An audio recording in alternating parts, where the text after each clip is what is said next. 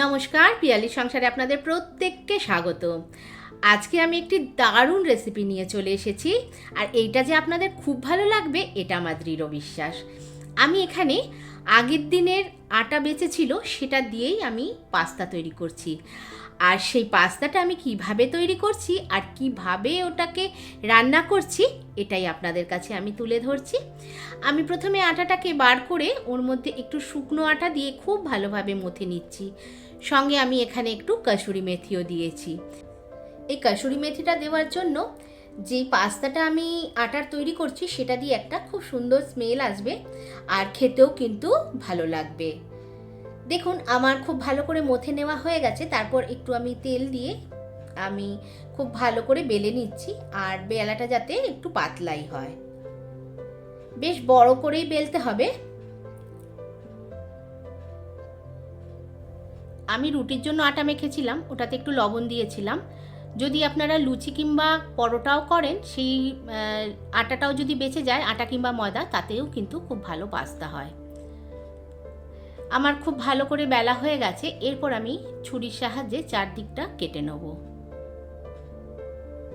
চারদিকটা কেটে বাদ দিয়ে দিলাম। ওই বাদ দেওয়া অংশটাও কিন্তু আমি আবার একসঙ্গে মেখে নিয়ে ব্যবহার করতে পারবো। এরপর আমি চৌকো চৌকো করে কেটে নিচ্ছি। আপনারা কেমন সাইজের করবেন সেই হিসেবেই কিন্তু কাটবেন। দেখুন এবার এক একটা আমি দুদিকটা ভাঁজ করে নিচ্ছি, মাঝখানটা কিন্তু ফাঁকা থাকছে। আর দেখুন কিভাবে আমি তৈরি করছি, খুব সহজ।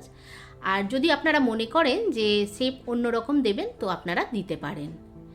আমি এইভাবেই করেছি।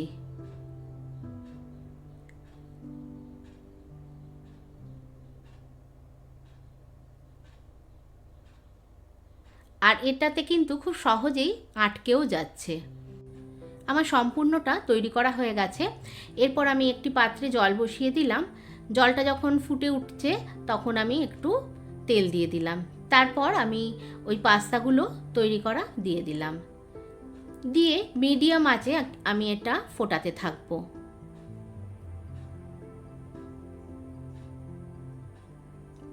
তেলটা দেওয়ার কারণ হলো যাতে গায়েতে না লাগে।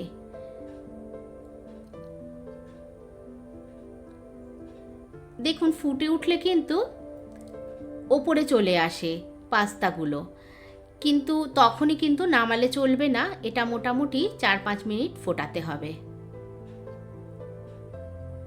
মিডিয়াম আছে আমি 4-5 মিনিট ফুটিয়ে তারপর আমি নামিয়ে নিলাম।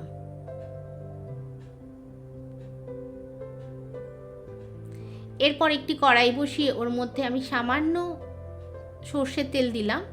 তারপর আমি একটু রসুন আর কাঁচা লঙ্কা ফোড়ন দিয়ে দিলাম। রসুনটা আমি থেঁতো করে দিয়েছি। এই রেসিপিটা খেতেও কিন্তু খুব ভালো হয়। আর দেখুন আমি যেসব জিনিস ব্যবহার করেছি সবই কিন্তু হেলদি, আর বাচ্চা থেকে বড় সবারই কিন্তু ভালোও লাগবে খেতে। এরপর আমি দেখুন পেঁয়াজ একটা কেটে রেখেছিলাম সেটা দিয়ে দিলাম, একটা গাজর কুচো করে রেখেছিলাম সেটা দিলাম, আর একটু ক্যাপসিকাম, সব দিয়ে খুব ভালোভাবে নাড়াচাড়া করতে লাগলাম। তেলটাও কিন্তু আমি খুব সামান্যই ব্যবহার করেছি। একটু লবণ দিয়ে দিলাম যাতে পেঁয়াজগুলো বা যেই সবজিগুলো দেওয়া হয়েছে এটা যাতে সহজেই মজে যায়।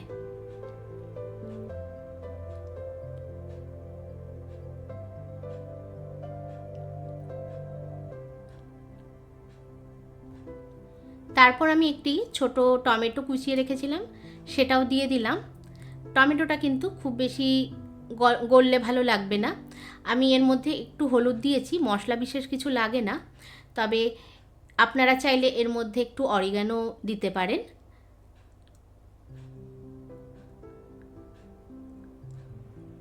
তারপর নাড়াচাড়া করে আমি একটু সোয়া সস আর একটু টমেটো সস দিয়েছি।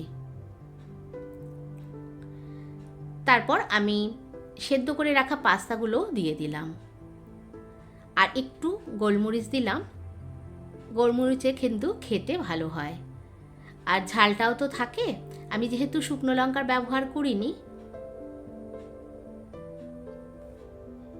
খুব ড্রাই হয়ে গেছে।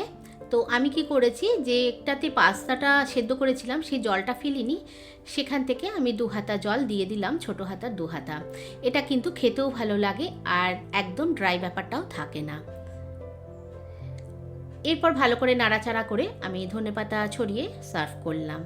আমার রেসিপি আপনাদের কেমন লাগছে অবশ্যই জানাবেন, ভালো লাগলে লাইক শেয়ার কমেন্টস করে দেবেন। আর আমি যেহেতু ব্রেকফাস্টে এটা আমি টিফিনে করেছিলাম, আমি একটা ডিম সেদ্ধ কেটে দিয়ে দিলাম, তাতে খাওয়াটাও ভালো হয়, দেখতেও ভালো হয়, আর একদম হেলদি তো বটেই।